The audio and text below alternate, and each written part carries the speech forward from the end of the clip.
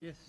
My Lord, yesterday, the 17th of August 2026, the matter was postponed to the 31st of August 2026. Yeah. But after the meeting of the minds between my colleagues for the defense and the colleagues for the state, that is Advocates Sibanda and Advocate Baloyi, we came to an agreement, my Lord, that is after I had approached them with a proposal that I was going to withdraw the application in terms of Section 3 of the Law Amendment Act 45 of 1988. That is the admission of the two statements of Mr. Makeleni, the deceased witness, into the record. I'll withdraw this application at this stage and do a separate application, my Lord, later on, probably before the accused number 4's defense. So after the meeting of the minds, we then approach His Lordship in chambers where the agreement was reached that the accused must be requisitioned for their appearance today. Hence, Okay. my Lord, we are proceeding with the business of the day today. Thank you.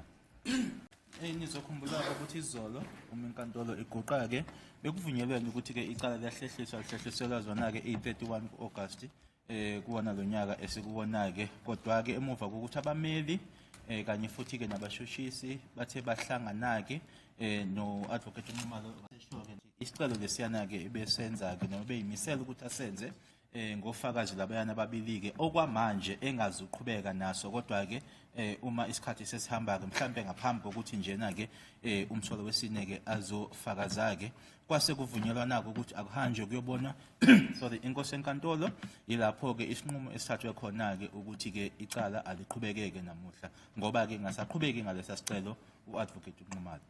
Yeah, thanks. Yes. Yes, we wish to also appreciate the court staff because they were aware of the 31st. The what? I mean, we wish to thank the court staff, the court covenant, because they were aware of the covenant, of the 31st of August 2026, and in such a short notice, and to the members of correctional service, Yeah, we thanks. wish you to thank you, colleagues. Cheers. Thank you. Cheers. Okay. Mr. Mapisa, that is my client, when he testified in his defense, is going to tell this court that after we had been at George Koch Hostel in Johannesburg, you then proceeded to your place of abode. That is where he was staying. From George Koch Hostel, you then proceeded with him and you dropped him at his place of residence.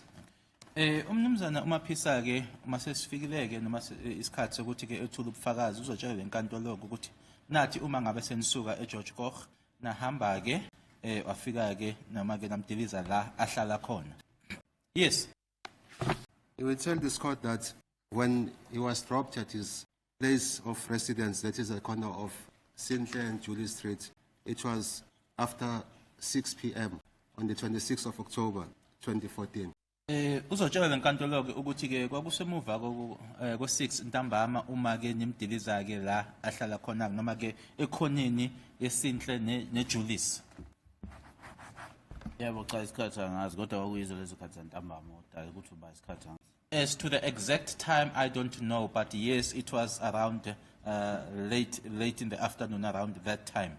He will further tell this court that he cannot say or he does not know what happened after we had departed in a Kumbi with the passengers. That was the last time he met you on the 26th of October 2014.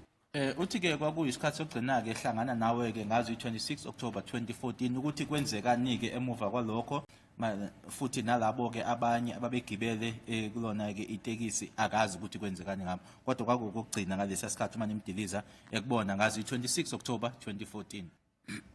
Yebo isikhathi sokugcina nangazo isolo santambama. Yes, that was the last time we saw each other. That was now late afternoon.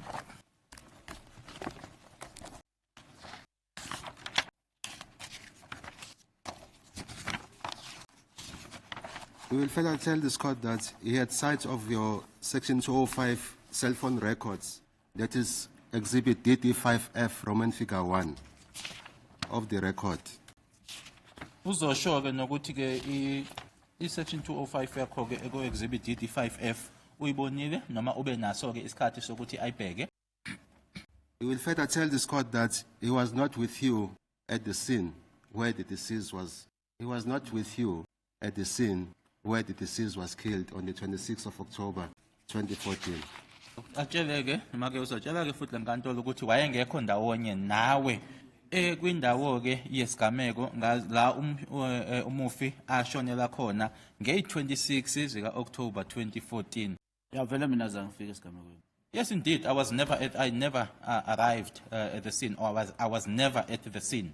Njengoba kwathiwa nje nganginaye esigamekweni into engekho leyo. As it was alleged that I was with him and we went to the crime scene, that's something that's not true. Ngimgcine ntambama mina. Ngakasha ngisho 7. Angazi ngoba nekhathi uda late ntambama. The last time I was with him was late afternoon. It was before 7, or it was not even 7 yet. It was late in the afternoon. I'm not sure what time it was. In fact, the Section 205 records support his version that at all material times from the morning of the 26th of October 2014, he was with you. Futhi ke nayo ke i205 lena ke ihambisana ke nenkulumo yakho ukuthi yebo ke ukusukela ke ekseni ke ngazi 26 October 2014 wayendawonye nawe. Yebo. Yes. He will further tell this court that he had sight of the contact numbers which were saved in your phone, which were handed in before this court as Exhibit SC of the record. SC. S, small letter C in brackets of the record. Uzophinde asho ke ukuthi ke nama contacts ke akhona ke noma ke inumber that save ke kumakhala ekhukhwini wakho nazo ke ube naso isikhathi sokuthi ke azibheke futhi ke lobo bufakazi lobo ke noma lelo exhibit lelo ke beku SC la phambi kwenkantolo.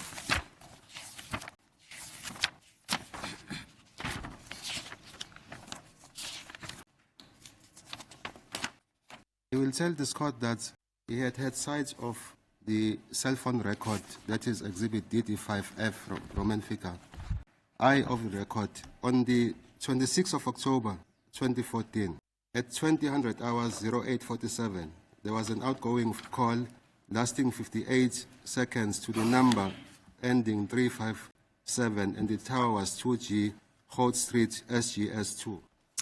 Can you please repeat the time, only the time? Yes, on the 26th of October 2014, at 2000 hours 0847 seconds.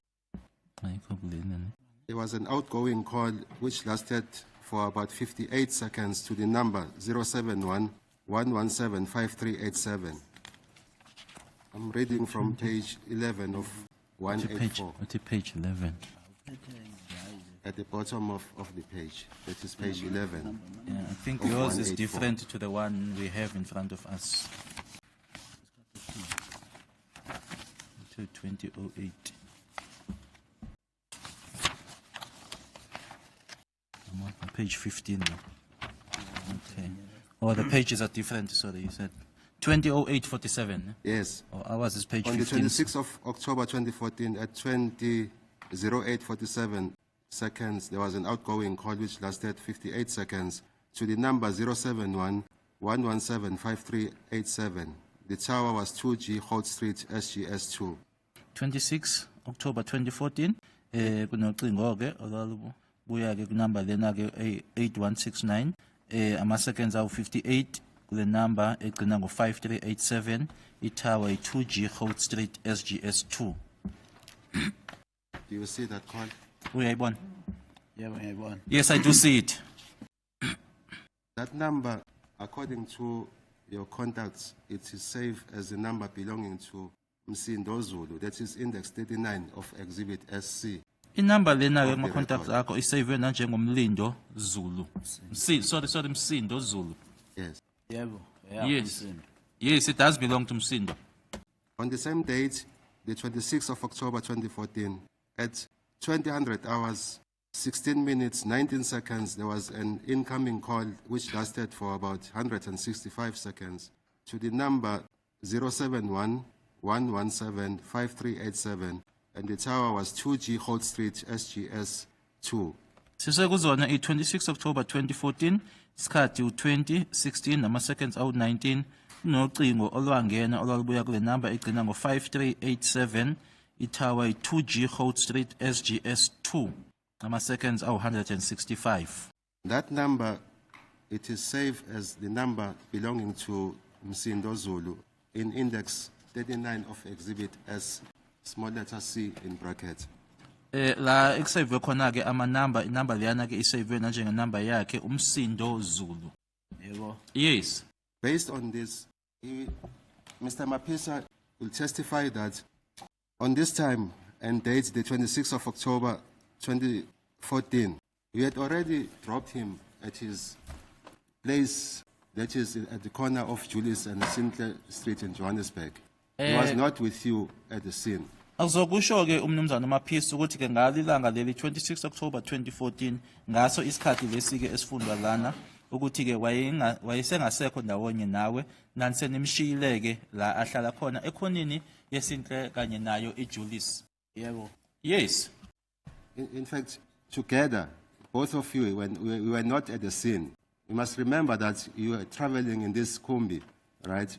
And from Josh Koch Hostel in Johannesburg, you departed on the same day, after 6, on the 26th of October 2014, you dropped him at the corner of Sinclair and Julius Street in Johannesburg. You then left. Khumbuleka ukuthi ke noma nanihamba nababili ke nasuka eGeorge Koch naningekho kwindawo yesigameko nobabili manisuka khona ke eGeorge Koch la nahamba khona ke nihamba ngalo itekisi leli na kwase nemdiliza ke noma ke nemshiya ke khona ke kuyona ikhona yeSinclair kanye nayo iJulius Street. Yebo ngoba vele uhlala eJulius. Indlela eGeorge Koch isidlule eJulius. Yes, because he resides in Julius and the route from George Koch it goes to Julius. Mangendlini medrobheni vele ngidlula khona la hlala khona Julius. When I go home to the city center, I go past where he resides in Julius. Yena wasala lapha hlala khona akalala khona kugeza khona. He remained, or we dropped him there where he resides, where he sleeps, and where he also takes a bath. Nami ngangiya la ngihlala khona ngigeza khona ngidla khona ngenza yonke into. I was also going to where I'm staying, where I'm eating, where I'm doing everything. Lapho ngamgcina khona lelo langa ke lelo langa 26. That's where I last saw him, on that day of the 26th. Yonke lento la kule 205 yami indlela yami naye yangalelo langa. Everything that is contained here in this section 205, it indicates my route and him on that particular day. Ukuba sasikwakhumalo le 205 lebe kumele ibhalwe ukuthi enidonsa kwakule eFosloras ngalesi sikhathi ufaka ngaso senzo. If we were at the Kumalos, and then the section 205 would have then picked us up there at the Kumalos in Fosloras at the time of Senzo's death. Ngoba uyibona nje donsa lezi ndawo zasedrobheni ingoba sasesibuyele la sihlala khona eJohannesburg. As you see it picking up or indicating the areas or the places in town, because we were back where we are residing. Futhi akekho nongakwazi ukuyiphikisa ngoba inana izithombe zami le 205 ehambisana nazo. And there's no one who can even dispute it, because this section 205 even has my own photos that go with it. Yonke indawo la ngihambe khona. Everywhere where I traveled. So isikhathi thile sasingaso ke drobheni. So that was the time at which we were around town. He will further testify that the two of you were not at the scene because of the DNA. DNA excluded him from the head which was found at the scene.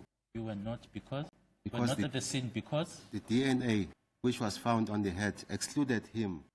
uzophinde athi futhi ke namatshela inkantolo ukuthi ke nina nobabili ke naningekho kwindawo yesigameko ngoba ke isigqoko lesiyana ke akuzange kutholakale ulibo fuzo phecelezi ke iDNA kusona.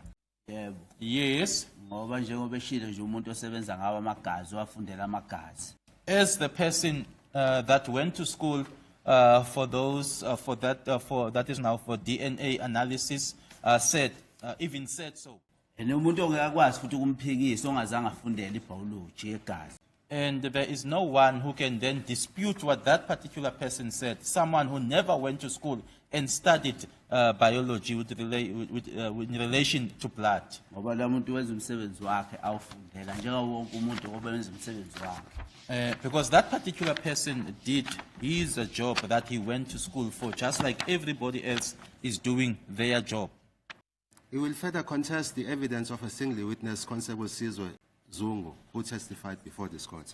Zophinda futhi ke sakhuluma ngaye ke umsola wesine uMaphisa aphikiseke ubufakazi bakhe uConstable Sizwe Zungu. Yebo vele sizwe unamanga. Yes, indeed, Sizwe Zungu told lies, Khohlisa inkantolo. just misled the court. He will contest the evidence of Constable Sikhumbuzo Sizwe Zungu, a single witness, in all material respects to the effect that, according to his evidence, that is Constable Zungu, that he was with you and your co-accused at Basutini Hostel on the 26th of October, 2014. Aphikiseke ubufakazi bakhe uConstable Sizwe Zungu ubufakazi ke obukhuluma ngokuthi ke wayendawonye nawe kanye nabanye abasola laba ke ngazo i26 October 2014 eBasuthu Hostel. Yebo vele sizwe umuntu amanga. Yes, indeed, Sizwe Zungu is a person of lies.